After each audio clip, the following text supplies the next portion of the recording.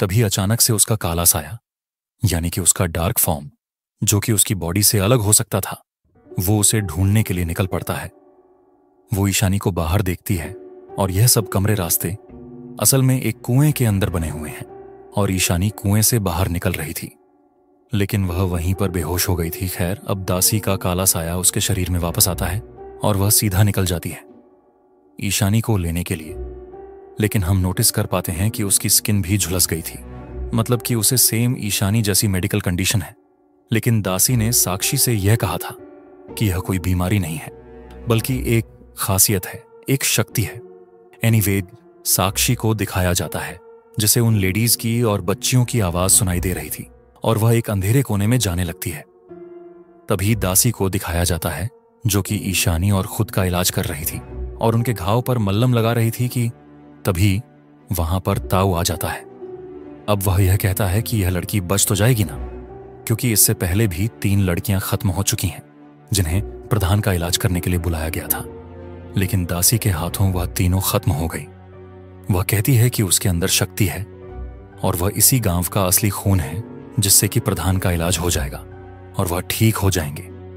यानी कि हमको समझ में आता है कि जो प्रधान था ना, वह कमजोर हो रहा था और उसको अपनी शक्ति बढ़ाने के लिए किसी ऐसी खास लड़की की जरूरत थी जो कि यहीं के खून वाली हो, जो कि कोई और नहीं बल्कि ईशानी खुद है।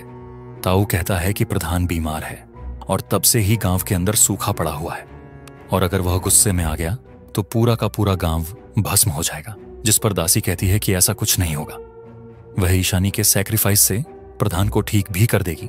लेकिन ताऊ कहता है कि उसका काला साया ईशानी के ऊपर भारी पड़ रहा है, यानी कि उसका वह रूप जो कि काफी भयानक सा होता है।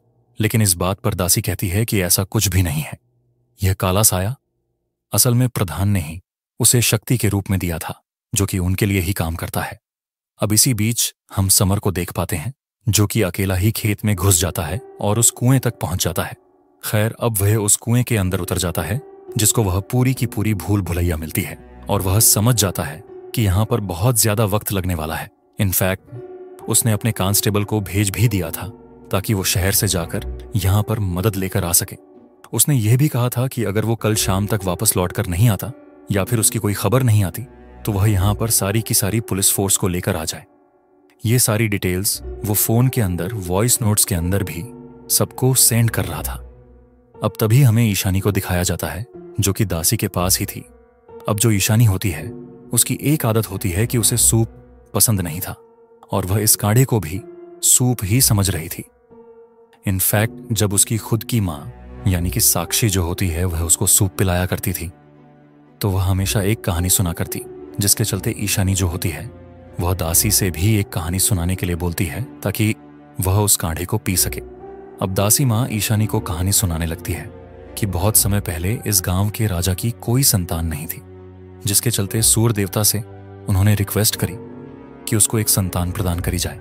लेकिन होता यह है कि उसको चाहिए था बेटा, लेकिन सूरज देव ने किया यह कि उसको बेटी दे दी थी, जिसके चलते वह बहुत ही ज्यादा गुस्से में आ गया और वह उसको खत्म करने वाला था।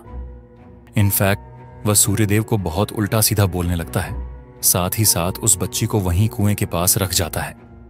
अब इससे होता यह है कि सूर्यदेव बहुत ही ज्यादा गुस्से में आ गए थे, जिसके चलते वह उस बच्ची को जला ही रहे होते हैं।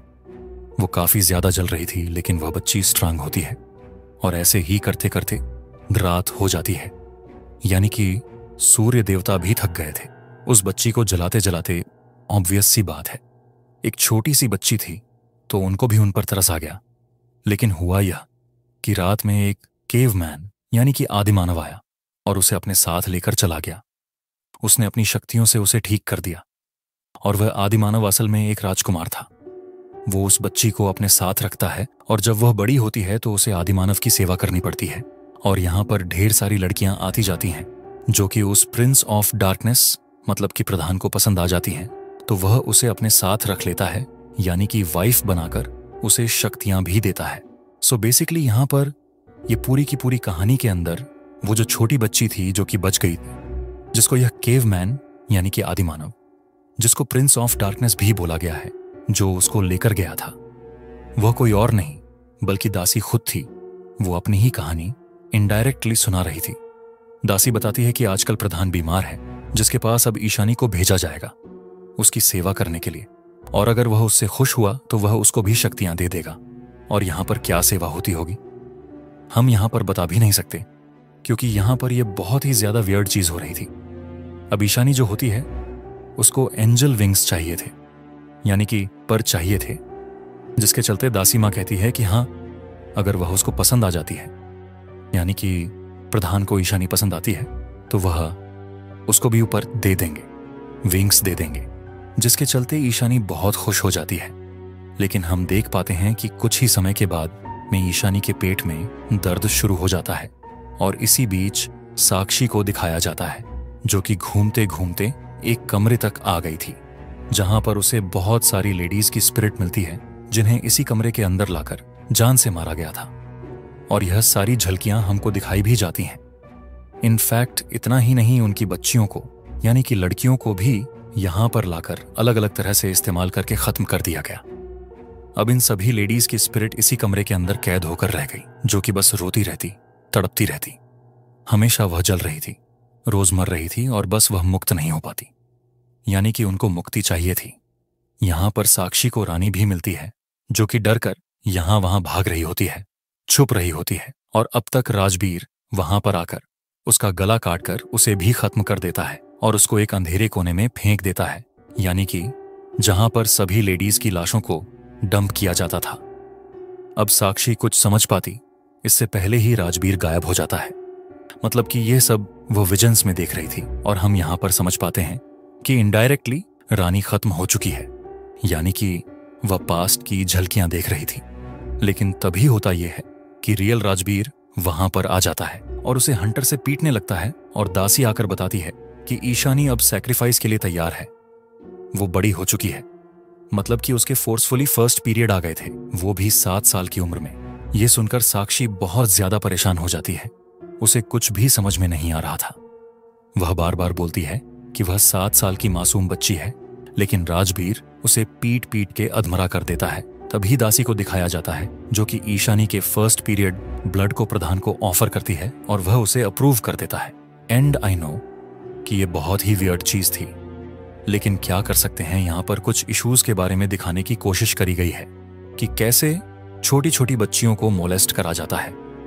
और यहां पर यह जो बहुत ही खतरनाक सा प्रधान दिखाया गया है, जो कि कोई और नहीं बल्कि प्रिंस ऑफ डार्कनेस, या फिर ये कहें कि कोई डीमन है, तो इसको रियल लाइफ के उन लोगों की तरह समझो जो कि छोटी बच्चियों के साथ में ऐसा करते हैं। खैर, अब ताऊ सबसे कहता है कि आज तीसरी रात है, और आज ही रात सारा का सारा रिचुअल कंप्लीट हो जाएगा और सब कुछ ठीक होगा।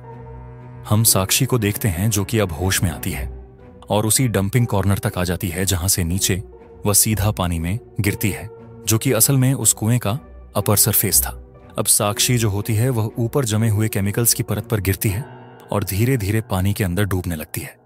और वहां पर हम देख पाते हैं कि वहां निचली सतह पर ढेर सारी लेडीज की लाश थी, जिनकी स्पिरिट उसे दिखाई देती थी।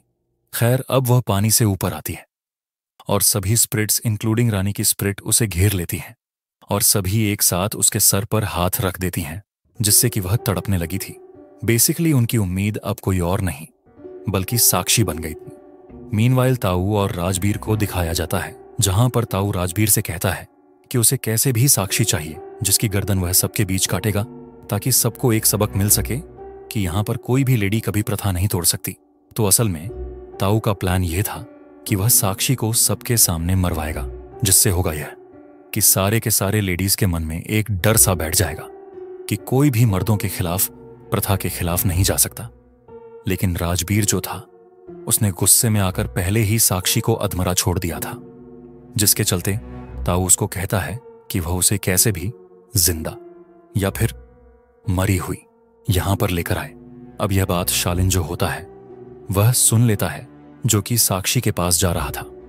लेकिन रास्ते में समर उसे पकड़कर उससे पूछता है, तो वह बताता है कि प्रधान असल में एक आदिमानव है और इस गांव के लोग ही उसके वंशज हैं, और वह धूप में नहीं जा सकता, इसलिए उसको प्रिंस ऑफ डार्कनेस कहा जाता है। और वह अभी बीमार है, जिसके लिए ईशानी का बलिदान होगा, मतलब कि शादी होगी, जिसमें ईशानी बच गई तो अगली दासी बन जाएगी। हालांकि आज तक कोई भी बच्ची बच नहीं पाई, इससे पहले भी 3 लड़कियां आई थीं, लेकिन वह जिंदा नहीं बच पाई थी। विच मीन्स की शुरुआत से हम जो 3 बच्चियों की स्पिरिट्स को देखते आ रहे हैं, वह वही बच्चियां थीं जिनको इस आदि मानव यानी कि प्रधान के सामने एज अ सैक्रिफाइस पेश किया गया था, यानी कि उनके साथ भी फोर्सफुली यही सब किया गया। लेकिन वो बच्चियां जो थी ना, वह भी सेम थी, वह भी रोशनी में बाहर नहीं जा सकती थी, उनको भी सेम स्किन कंडीशन थी। बट यहां पर सभी यही मान रहे थे कि जो ईशानी है वह खास है, क्योंकि उसके अंदर इसी गांव का खून था। अब समर उससे कहता है कि वह उसे साक्षी के पास लेकर जाए, तो वह उसको लेकर जाने लगता है। मीनवाइल ईशानी को दिखाया जाता है, जिसे दुल्हन की तरह तैयार किया गया था, स्नान करवाया गया था, श्रृंगार किया गया था, और उसे बार बार उन 3 लड़कियों की स्पिरिट्स भी दिखाई देती रहती है जिन्होंने इससे पहले बलिदान में अपनी जान गंवाई। यहां पर पूरा जश्न होता है, शादी का माहौल था, नाच गाना हो रहा था, और अब सभी लोग प्रधान के हॉल तक आते हैं, एक रिचुअल करते हैं, और यह सभी लोग तक बोला करते थे, यानी कि अपने हाथों को क्रॉस करके जैसे होता है, न कि अंधेरा कायम रहे, बिल्कुल उस तरह से। दूसरी ओर राजबीर जो होता है वह साक्षी को लेने जाता है, जो कि वह उस कुएं की सीढ़ियों पर उसे मिल जाती है, जिसको वह बांधकर ले जाने लगता है। लेकिन वह उसे रोककर उल्टा उसे पीटने लगती है, क्योंकि उसके अंदर बाकी माओं की आत्मा ने अपनी शक्ति दे दी। अब वह राजबीर को पीट पीट कर और फिर लटकाकर खत्म कर देती है। इस दौरान हम देख भी पाते हैं कि उसके अंदर कितनी सारी लेडीज की स्पिरिट आ गई थी। खैर, अब वह बाहर आती है, जिसको समर मिलता है, और समर के आने की खबर से ताऊ और बाकी आदमी भी वहां पर आ जाते हैं, क्योंकि सबको पता चल गया था कि वहां पुलिस आ चुकी है। खैर, वह साक्षी को ईशानी के पास भेजकर उनसे लड़ने लगता है, क्योंकि शालीन को पीछे वाला रास्ता भी पता था। खैर, अब साक्षी जो होती है वह प्रधान के हॉल में पहुंच गई थी, और यहां प्रधान ईशानी को अपने रूम में ले जाता है और पीछे दासी साक्षी को रोकने अपने काले साई को भेजती है। अब साक्षी कहती है कि वह उससे नहीं डरती, और आगे जाती है तो दासी उस पर हमला करती है, लेकिन सभी स्पिरिट्स उससे लड़ने लगती हैं, और साक्षी कहती है कि वह एक दासी है, उसकी कोई भी इज्जत नहीं है। दासी का लिटरली मतलब सर्वेंट होता है, और वह यहां पर किस ओहदे की बात करती है, उसकी यहां कोई इज्जत है ही नहीं।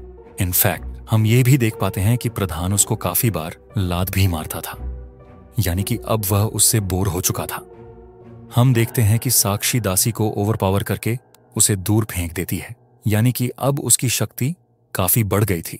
तभी वह प्रधान के रूम का दरवाजा खींचने लगती है, जिस पर दासी कहती है कि इसको कोई शक्तिशाली खोल सकता है और उसके अंदर इतनी हिम्मत नहीं है। लेकिन तभी सारी की सारी स्पिरिट्स मिलकर उसका साथ देती हैं, जिसके चलते वह दरवाजा खुल जाता है। खैर, अब वो अंदर आकर ईशानी को बचाती है, जो कि एक बक्से के अंदर बंद, लेकिन प्रधान उसका ही रूप लेकर उसे हार्ट करता है और ईशानी की जिंदगी को खाने लगता है, यानी कि उसकी लाइफ फोर्स को। और शायद से यही वह चीज थी जिसके चलते वह खुद को सही करता।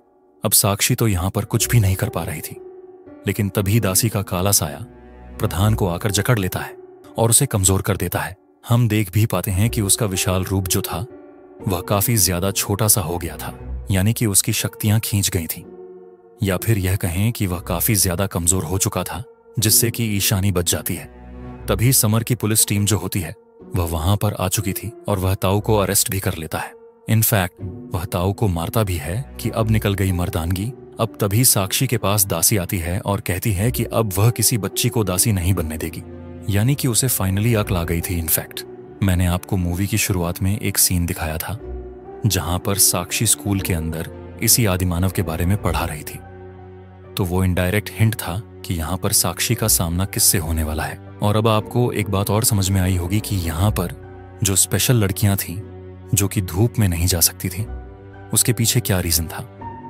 तो सूर्यदेव जो थे वो उनको जला दिया करते थे, क्योंकि वो नहीं चाहते थे किसी बच्ची के साथ में कुछ भी गलत हो।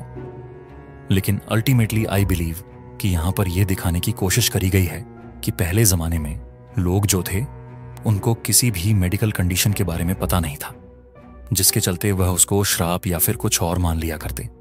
लेकिन आज की डेट में मेडिकल साइंस काफी आगे बढ़ चुकी है, जिसके चलते इसे एक मेडिकल कंडीशन माना जाता है, ना कि कोई श्राप। एनीवेज, अब यह तीनों कुएं से बाहर आ जाती हैं, लेकिन प्रधान साक्षी के पैर में जंजीर बांधकर उसे अंदर खींच लेता है, और यह बिल्कुल सिमिलर सीन है जो कि मूवी की शुरुआत में दिखाया गया था। खैर, अब वो दासी से ये कहती है कि उन्हें प्रधान को खत्म करना होगा, नहीं तो ये कभी भी नहीं रुकेगा और ये राक्षस जो है वह सबको मार देगा। और तभी हम देख पाते हैं कि ये जो इंटरनल स्ट्रक्चर था, कुआं था, वह भी टूटने लगता है और अब वह प्रधान की ओर ही बढ़ जाती है उसे खत्म करने के लिए। और उसकी शक्ति को देखते हुए लगता है कि इस बार वह फाइनली उसे खत्म कर देगी, क्योंकि हम समझ पाए हैं कि यहां पर जो प्रधान था यानी कि आदिमानव डीमन था, वह बहुत ही ज्यादा कमजोर हो चुका था।